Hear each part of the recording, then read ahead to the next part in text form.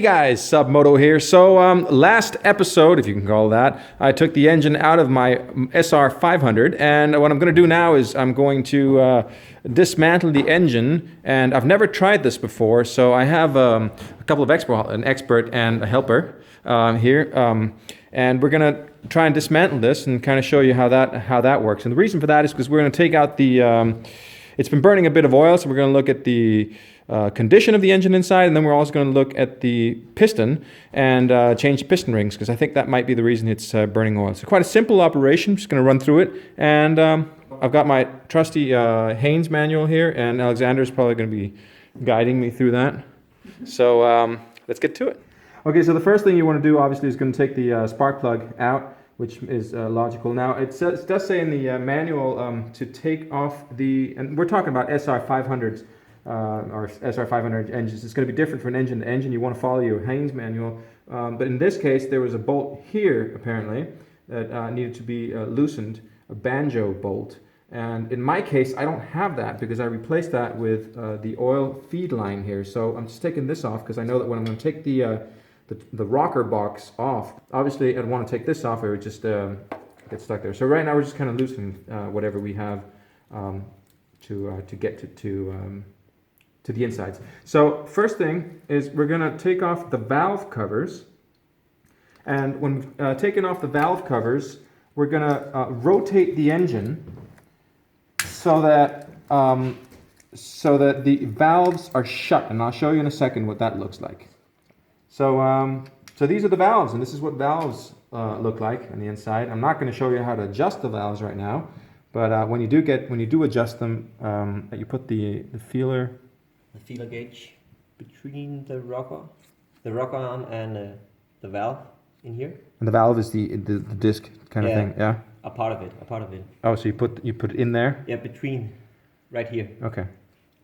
All right, so the next thing we're going to do is we have to rotate the engine, and that's, I told you back in the other video that one of the reasons that I kept the Kickstarter, the kick pedal on, was so that I would be able to pick up the engine, because Johnny said that would be a good way to pick up the engine, and that proved to be right.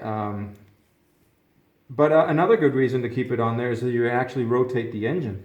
So, so I'm guessing this is, I'm just going to turn this just slowly till you get to the top dead center, TDC, yeah, top dead center. Okay. And is it going to be white in the window also when it does that? No, just check the valves. Just check the valves. They get loose. Okay. Still tight. So this one's, wait, so you want it to be loose? Yep, both sides loose at the same time. But this one isn't loose, is it? No, just rotate a bit more. Rotate more. Yeah, this is the spot. Is it? Yep. And it has nothing to do with the white spot in the wind. Okay. Yep. So you want them to be loose? Yes. And that means they're closed? Yes. That doesn't make any sense in my brain. Well, det er jo, ja, du hører på dansk. Hvis de begge to er løse her, så er begge ventiler jo lukket helt op. Altså så er der ikke længere pres på. Når de er trykket ned, så trykker de ventilerne nedad. Så når de er løse, så er der ikke længere pres på dem. Okay. Nå ja. Det er meget lidt. Ja, det er rigeligt. Altså det er jo fordi de er spændt til. De har jo de der 0,05, som du skal have, 0,05 mm. So the next thing is we're going to loosen the rocker box, and there is a sequence in Haynes manual that tells you what screws to loosen in what sequence, and it's probably not as important as I'm making it out to be, but at least that way you remember all the screws and all the bolts that need to be loosened. And you want to just you don't want to go ahead and take off the bolts right off the bat. You just want to loosen them one at a time and just kind of go through it step by step. So I'm not going to bore you with all the bolts, but that's basically what this step is. Okay, so once you've loosened all the bolts, what it says to do is to take a mallet like this and just kind of knock it around the sides, and that will loosen it. So basically, and if that doesn't work, which actually it didn't, what you can do is you can rotate the engine 360 degrees, and that will kind of loosen the edges.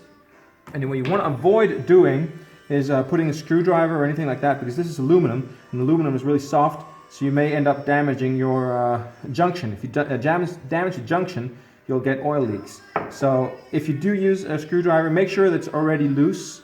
So what we did is we rotated the engine, and then it was kind of loose, and we just took the worst part. Once it was already loose, just kind of lifted it up like that, really, really carefully. Like I said, if you can avoid using a screwdriver, do so, and that will lift off your rocker box. There we go. So the next step is something that actually doesn't really say in Haynes, but we're going to take this thing off, this cover, and that may just come off. If not, might need some help with the screwdriver. And then we're going to loosen that bolt so that we can get this piece off in order to get the chain off. Yep. And but before we do that, we're going to loosen the cam chain tensioner, right? So this first, and then that. Okay, so once we've, what we did to remove this bolt right here, it was kind of tricky. You want to put a spanner, an open spanner or whatever, to hold the camshaft back. And at the same time, you want to make sure that the camshaft doesn't go up. So we had one person to hold down the camshaft, another person to hold the spanner, and a third person to turn this. Usually, there may be different ways of doing it. I'm not going to get into that now. But basically, what we did is we took this off right here. And by taking this bolt off, there is an indicator, which is the top dead center indicator, which you have inside. And that top set indicator, at the very bottom, there is an extra little hole, as you can tell there. And that little hole is held by a little pin.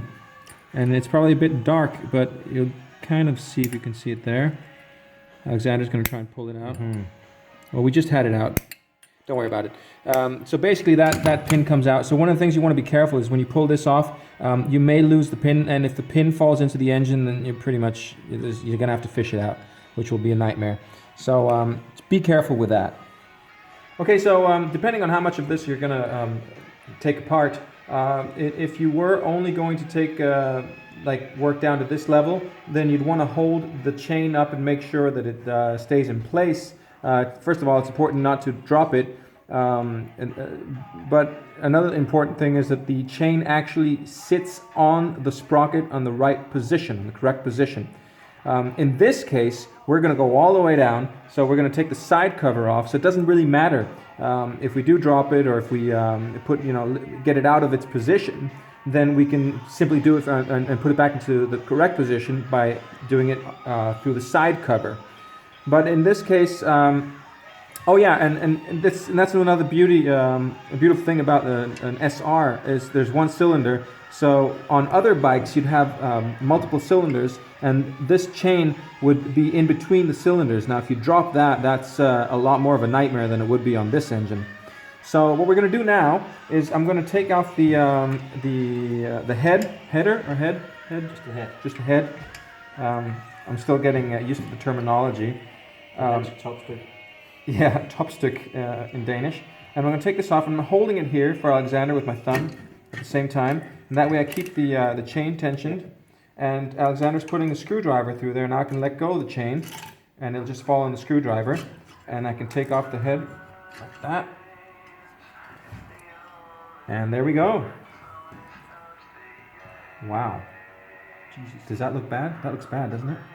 Can you get a shot of that? Well, looks burnt. Maybe. Yeah, it's not good. It looks burnt. Okay, so what Alexander just told me was that a way to check if the valves are need to be seated is to pour some gasoline. Obviously, put the spark plug back in place. Is to pour some gasoline. Now turn the head upside down. Header. I want to call it a header. I don't know. But anyway, you pour gasoline in here, and if it seeps through, then that means that your valve seats aren't in their optimal condition. So we're going to try and pour some gas carefully. And we're going to see if that seeps through. And we're checking to see if anything's dropping or dripping out of it.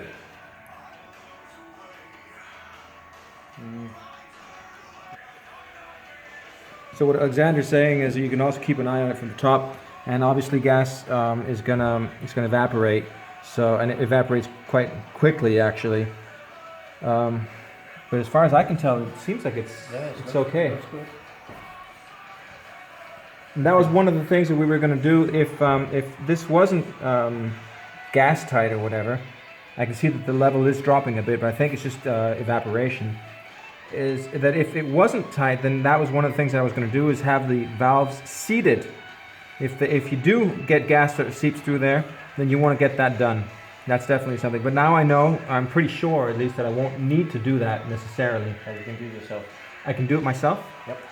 How do you do it yourself? With the right tools. With the right tools. That's a different episode on Submoto. So the next thing you want to do is you want to loosen these 3 bolts right here, and then the 4 bolts in the actual cylinder, or the cylinder body. And here you want to be really careful that you don't get any dirt. So you want to be able to clean it all out. We use the high compression thingy there to blow out all the dirt and grime and grit. And we got that out, because if you get anything in the engine or in the cylinder, then you're pretty much screwed. Well, no, but you know what I mean. So you want to make sure you don't want to get any dirt in there, and it should be about ready to come off. Next thing you want to do is take the actual cylinder off. This is the cylinder, and that's the piston.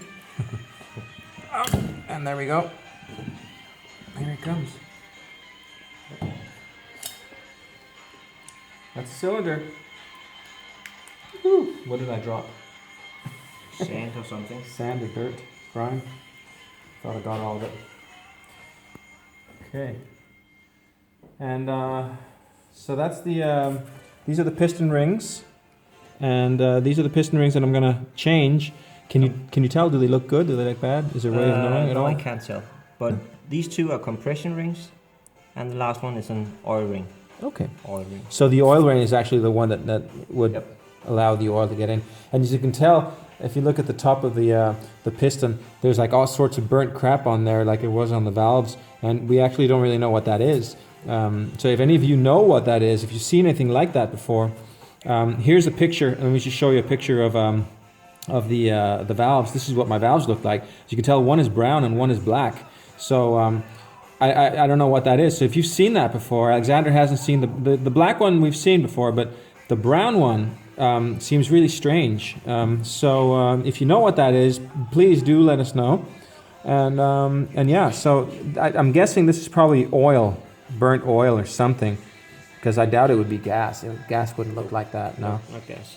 So I'm guessing it's probably just the oil getting through and burning. That's probably what it looks like. So if any of you have burnt any oil, and if you see what it looks like, or have any pictures or anything, do let me know. So yeah, so that's it basically. So we're gonna take the piston out because what I'm gonna do is I'm gonna bring the piston into the engineers. They're not mechanics, but the engineers. That will be able to help me with the cylinder, honing the cylinder. And is there any way of telling? There's no real way of telling if the cylinder is okay or not. It looks okay. Look for scratch marks. There is a scratch mark in there, I can tell. Where? Like right there. Oh yeah. See that? It's very smooth. It's smooth, okay. Yeah.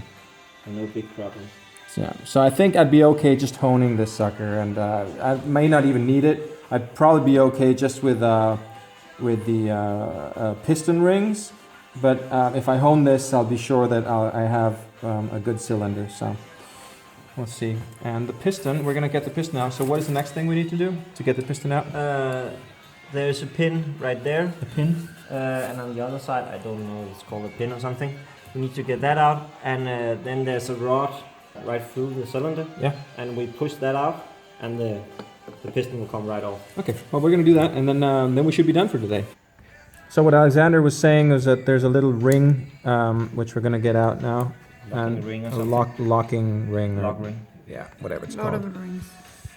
And we're gonna, sorry, my hands. Pas på, at I vrider den for meget.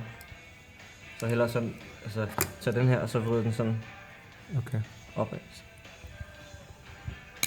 There we go. And there's the Lord of the Rings. All right. Perfect. So that's the locking ring, and then there's a like a rod kind of thing, and that needs to. Do we just push it out now? No, we need some tools. So what we did is we just found this, and this is kind of like the same size as that. Pretty much, it's the same system. I didn't make a video on that. Oh, but whenever you change the bearings on your wheels, that's pretty much the same system you use. You find a rod or a piece of metal and it'll push that out. So this is pretty much the same system. Just gonna do that carefully. Push that out. Is it coming out? No. It's moving. Yeah. Just keep on. Just keep on dashing.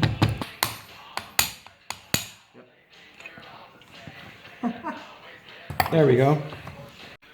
So that's basically what we were knocking out right there. And this is the piston. Awesome. So that's pretty much it. And then my next step is going to be bringing the cylinder and the piston to the engineers and seeing what they can do with it and see how much needs to be done. And hopefully somebody will tell me what this is. I'm guessing it's burnt oil. And yeah, and if they hone the cylinder and change the piston rings, change all the gaskets, pretty much going to have a good as new engine, basically. I mean, pretty much. Especially if I end up seating the valves, but I don't know if I'm going to do that yet because it seemed like they were tight. But it depends how much they want for how much I need to pay for that. Is that it? Do we need to take this side cover off or anything? Not right now. Not right now. So we're going to do that when we could put it back together. Yep. So that was that step. So remember to subscribe and ride, and I'll catch you all next time. Bye-bye.